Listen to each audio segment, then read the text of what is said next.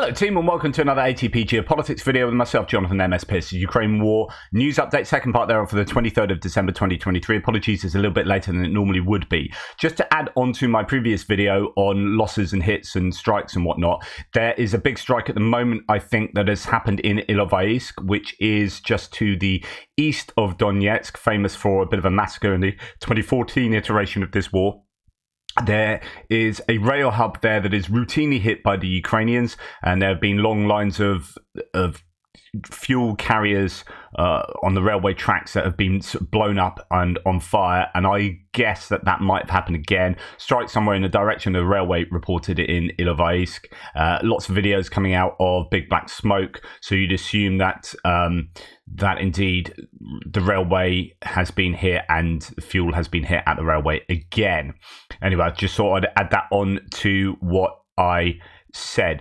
Okay, so going on to military aid. In October, Ukraine's ATACMS blew up 11% of Russia's Ka-52 attack helicopters. They got only 20 ATACMS from the US because they have only 4,000, says Jürgen Nauditz here. Today, Ukraine destroys 3 Su-34 bombers with a Patriot system that Germany delivered just 2 weeks ago. And if the West finally supplies more weapons and the right systems, then Putin has to go to the negotiating table or shoot himself in the bunker, would probably be better. This is how wars work for 10,000 years or more. Show strength and the enemy has to negotiate. Show weakness and the enemy continues. This is so true. And in fact, it's just this idea that, and I'm going to return to this idea a little bit later about, sort of poking the bear. If the allies of Ukraine gave Ukraine everything they needed, this war could have been over. I mean, we know this now. If they had ATACMS to fire with impunity at the Russians, if they had cruise missiles to fire at impunity, if they had enough air frames to use, decent F-16 airframes or Gripens, then this war would be over, I'm sure. It's really frustrating that when they're given good stuff, they do good things. Anyway, the Netherlands is sending 18 F-16s to Ukraine to help with the war against Russia. The government has previously promised Ukraine these fighter jets, but it's still unknown how many would be delivered. Preparations are ongoing. Quote, although Dutch Prime Minister Rutte has not confirmed the delivery deadline for the F-16, a recent strategy document from the Estonian Ministry of Defence noted that the Netherlands, Denmark, Norway and Belgium have already committed to providing Ukraine with F-16s by the end of the year. And this is what has got people getting all a bit excited, is that it appears that at least some F-16s will be in Ukraine by the end of the year. This builds on to what Rebar has said over the last 24 hours, which is that there are already 12 F-16s in Ukraine and 3 training jets as well. Rebar sort of talking up the F-16s that the Ukrainians supposedly have already for their own probably narrative agenda. Nonetheless, I mean, if they can get these in Ukraine that soon, that means that they can be operational and doing what they need to be doing much earlier than was thought. So the time frames were always sort of bouncing around like up and down like a yo-yo. Oh, it's going to be early spring, late spring, maybe winter time, etc., etc. All these different time frames. And in fact, the latest I'd heard really was that it would be the end of spring, sort of May 2024. If they can get any of these in place before the end of this year, then that's a 5 months ahead of schedule. That is absolutely phenomenal. But take all these claims with a pinch of salt.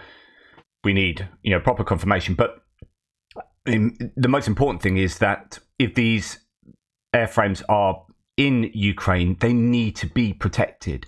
They need to be protected so well by air defense systems, by having them in bunkers that can't be destroyed, special hangars that can't be easily struck or at least penetrated by Russian missiles. So they need to look after these F-16s big time.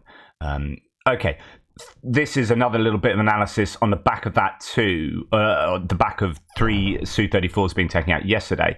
3 Su-34s in one day is pretty effing badass, but it's about to get a whole lot worse for the Russian Air Force.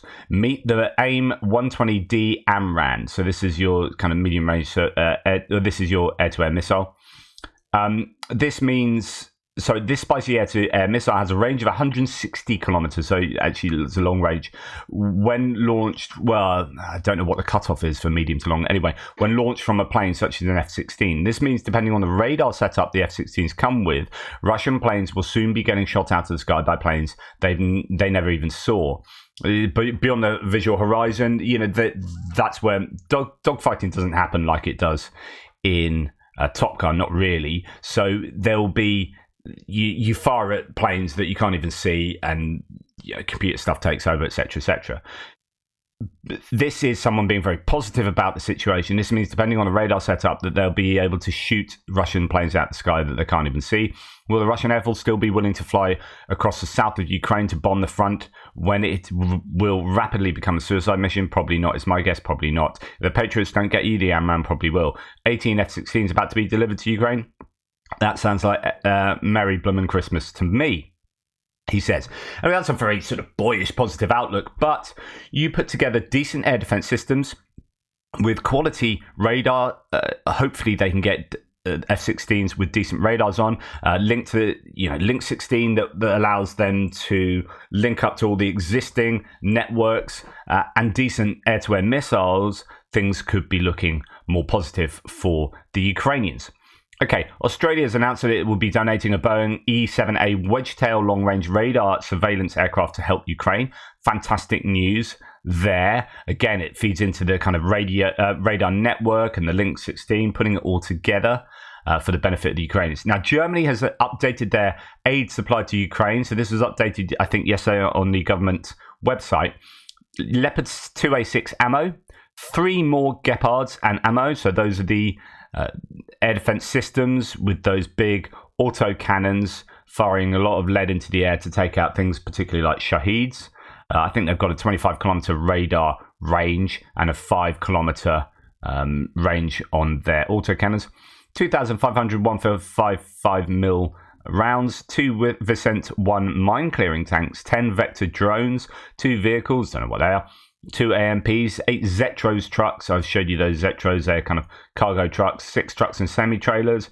Might be the HX-81s. I don't know. A whole bunch of 40mm ammo and medical equipment as well. So the Germans still keeping things ticking over. Obviously, the Ukrainians will be grinding through all sorts of ammunition and resources, and they need huge amounts on a daily basis. South Korea has donated 10 demining vehicles and 100 pickup trucks, according to the Ukraine State Emergency Service. This is brilliant. South Korea getting more and more involved is only good news for Ukraine.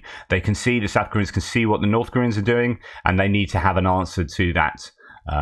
Is my speculation. So Rheinmetall, German military industrial concern, has said in the press release, so there's no reason to hide this anymore, that there is a military vehicle repair center in Satu Mare in Romania on the border with Ukraine. So this allows vehicles to be repaired much closer to, say, the Kherson front than taking those vehicles all the way back to Poland, having to deal with the border issues, etc., etc. This is really good news that Rheinmetall are set up in Romania and gives the Ukrainians options, doesn't it? The Swiss defense company RUAG reports that GLS has obtained an injunction from an Italian court ordering the local Italian warehouse keeper to hand over the tanks. What are we talking about here? According to RUAG, however, this is not yet legally binding and cannot be enforced until at least the expiry of the ejection period. RUAG is still considering legal action. Okay, what's going on? Well, even more confusion and stress regarding the Italian Leopard 1A5s of the Swiss company RUAG. If you remember, there's a whole bunch of leopards in Switzerland, in Swiss leopards in Italy a whole bunch of Leopard 1s in Switzerland as well. The German company Global Logistics Support, GmbH, bought 25 Leopard 1A5s from RUAG in 2019, but never received them. Now, however, the company is demanding the release of the tanks. And this would be good news for Ukraine, as I would imagine they would get 25 Leopard 1 tanks that they can utilize. And apparently, according to some feedback, the Leopard 1s are pretty well received with decent upgraded, I presume, fire control systems, optics, thermal optics and whatnot. They are a useful addition to the Ukrainian forces. Now, there's been this ongoing spat to do with the Mayor of London, Sadiq Khan. So Sadiq Khan has got this thing in place to keep emissions down in London. People can scrap cars that are going to fail emissions tests, and he'll give them £2,000 for scrapping those cars. And as a result, older vehicles will be cleared off the road. It also stimulates car buying and manufacturing in the UK, although there's not a lot of manufacturing in the UK anymore. Anyway, the Ukrainians asked, Mayor Vitaly Klitschko of Kiev asked for those vehicles to be donated to Ukraine, and Sadiq Khan said, no, we can't really do that.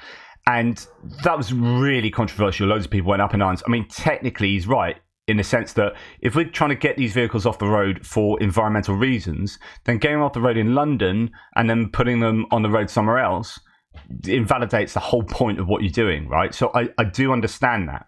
I get that. And also the legal ramifications. So he went back and said, well, look, yeah, it's not that I'm against helping Ukraine, but it is like this is a legal problem. Then loads of people jumped on him, and it's not that he was going to be intransigent. Actually, it looks like he's going to change his mind. So yesterday it was kind of announced that Michael Gove, who's a Tory MP, wrote to him saying, look, if you want help in changing the laws here, I can do that. And other people wrote to him. And Ben Wallace, who's a former defence secretary, said, tonight, me and the Mayor of London, so Sadiq Khan, have written to the DFT, so Department for Transport, and central government, asking them to adapt the scheme for 4x4s to include donations to Ukraine, which means that actually Sadiq Khan there's been a little bit of political opportunism here with a lot of Tory MPs piling in on the Labour Mayor of London. However, so what kind of thing, as long as a good result comes out of this, which is, if you want stuff to go to Ukraine, let's make sure it's the stuff they need and they can get that, which is things like 4x4s and vans and whatnot. So the power of this to do this is in Michael Gove and Mark Harper's hands. So actually, Sadiq Khan said, yeah, okay, let's do this. It's now over to Conservative MPs, Michael Gove and Mark Harper, and I'm pretty sure that they're going to sort that out. So I think that there'll be good news here, and there'll be vehicles from the scrappage scheme that will go out to Ukraine. Let's all do this for New Year, says Ben Wallace. Good stuff there. Biden has signed a record defense budget for 2024. Aid to Ukraine is extended within that. So US President Joe Biden signed a bill at the national defense budget for fiscal year 2024. It's the allocation of $886.3 billion for specialized programs of the defense and energy departments, the State Department and intelligence services. The adopted law extends a program of military assistance to Ukraine, the Ukrainian Security Assistance Initiative, until the end of 2026. It also provides for the allocation. So aid packages to Ukraine doesn't come out of the defense budget, but there is some provision within the defense budget for, it looks like, $300 million worth of stuff for the purposes in the fiscal year that ends September 30th, 2024. So they've now got kind of 9 months to spend $300 million. Well, that's not really a lot, considering each package is usually like 150 to 300 million anyway, and those are smaller kind of packages. But certainly useful, as well as in the next fiscal year. It says the defense budget for 2024 also includes funds for deterring China in the Pacific region and military assistance to Taiwan. In total, the document includes 3,100 pages. US Senate approved the draft defense budget on the 13th of December. Okay, so there is that. Right, let's go on to geopolitical stuff. So Erdogan, he is head of Turkey, and he's at the moment not doing an awful lot to support Sweden's accession to NATO, insists that Canada lifts an embargo on drone equipment used by his son-in-law, so that is Bayraktar drones, basically the manufacturer of them, in exchange for Sweden's NATO membership. Now, Baikal have been a really big supporter of Ukraine, so I'm hoping that will be relatively easy for Canada to lift, because those drones, they seem to be. His son-in-law is actually one of the biggest supporters, and they have given, Baikal have given something like $110 million worth of equipment to Ukraine, which is more than some countries have. One single company has aided Ukraine more than entire countries. So hopefully, fingers crossed, that might end in Sweden's accession to NATO. Right, Switzerland has joined a new package of EU sanctions against Russia. That's really good news. And so this is right. So much to discuss here. I'll try and keep it quick. So Russia has warned of unprecedented consequences if the West helped Ukraine against invasion. The West did so and suffered no such effects. Now Russia warns of serious consequences if the West seizes central bank assets. Let's draw the proper conclusions. In other words, two things to draw from this. One is very unlikely that Russia are going to react to these proposals to use frozen Russian assets to support Ukraine in the war, because they didn't react when they gave even bigger threats previously. And two, it shows how serious Russia is treating these frozen assets, the usage of these frozen assets. This is actually a bit of an eye-opener in terms of, my goodness, yeah, okay, Russia really don't want this to happen, so let's make this happen. But the larger discussion is this kind of drawing of the red line. We've poked the bear, and I've got a this is probably really stupid. So we've poked the Russian bear, and it turns out that realistically the Russian bear is nothing more than this. Like, this is the Russian bear. Right, Putin. Like, unprecedented consequences. Oh. Don't ask me why I've got that here.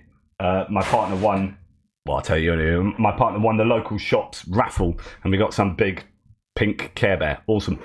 But the point I think is valid is that Putin, and this is what was said in the earlier military segment, is that he doesn't really stand up to real big strength. Putin succeeds in the face of weakness. And if we don't do things, Putin will capitalize. But if we do stand up and we hit back, Putin has nothing other than going nuclear. And China doesn't want him to do that, and he won't do that. That'll be the end of him. That'll be the end of Russia. So he has nothing. He keeps threatening that there are these red lines and there'll be unprecedented consequences, and we cross those red lines and feck all happens.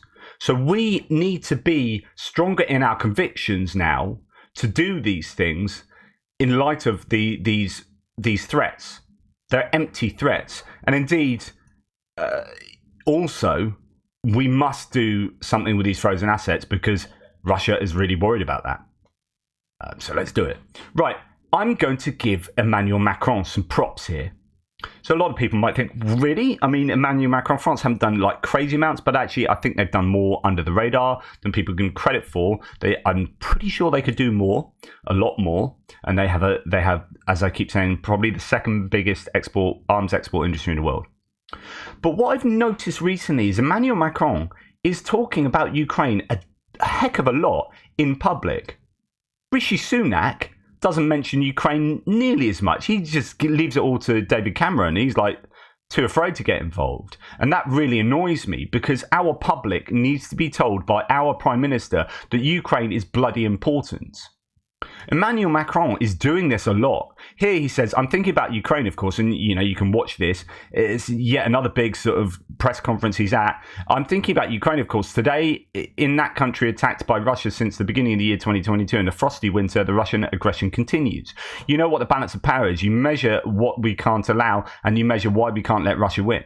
What would tomorrow be like for us, Europeans? We will therefore continue to support Ukrainians. What we do, even if it costs us, is decisive in our future security, for our role in Europe and for the sovereignty of the latter. And without weakening from the beginning, we financed, supported, rescued, but also trained.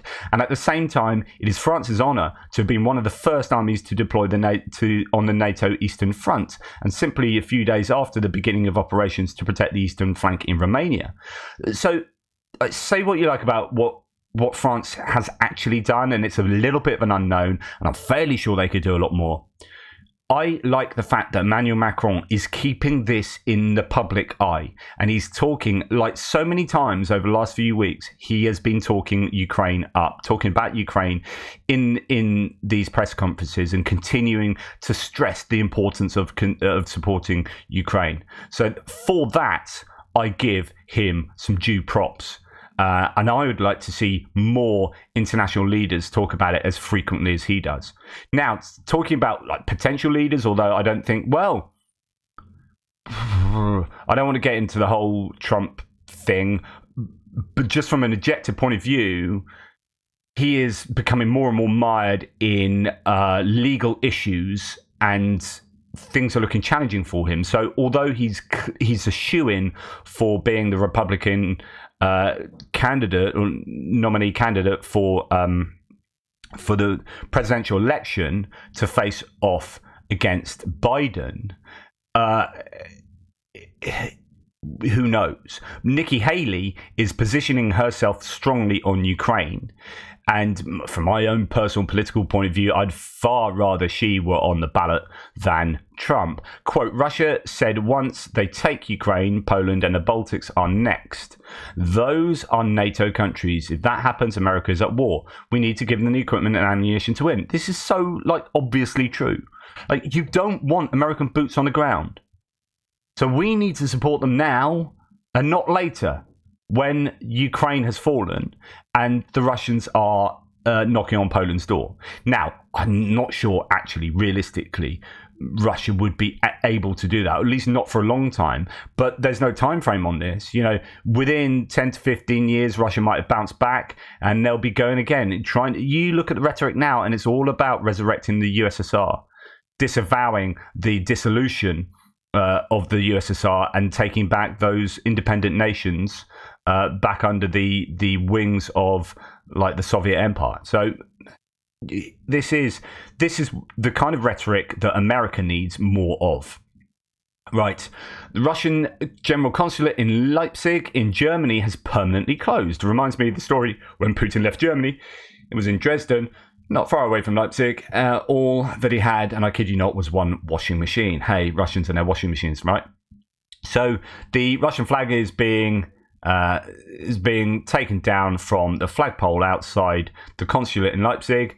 Good news for the Germans there in a decrease in Russian influence. These diplomats are not diplomats. They are basically spies. The whole diplomatic corps is just part of the espionage network. Right, the Kiev Independent reports that over 4,000 trucks are still waiting, or not still, it's increasing. There are 4,000 trucks waiting in line at the Polish border to enter Ukraine. And that is ahead of the holiday season, or we're pretty much at the holiday season now, right? And at the same time, Radoslaw Sikorski, Poland's returning foreign minister, nails it during his visit to Kiev. So he went to Kiev yesterday as a newly appointed foreign minister because that's where the most work needs to be done in terms of solving those border issues and working with Ukraine. Quote, the time of European empires is in the past. This, I believe, is the last colonial war in Europe, and it must come to an end. In Poland, we believe that the outcome should be as follows. Russia should lose and Ukraine should win. On this matter, regardless of who holds power in Poland, as you can see, we are united. Absolutely. Really strong rhetoric, and good to see that there are nations around the world that are still communicating the importance of Ukraine. We are going to enter the third year of this war. And this is a war, as you can see with the Patriot effect yesterday, that the Ukrainians really can win. And they can probably win, I hate to say easily, but with a great deal more ease if we gave them the right stuff. And they could do most of the winning without committing their troops to combined maneuvers on front lines. If we just gave them an absolute ton of missiles, rockets, guided bombs, airplanes. They could do most of the damage to the Russians from quite a distance.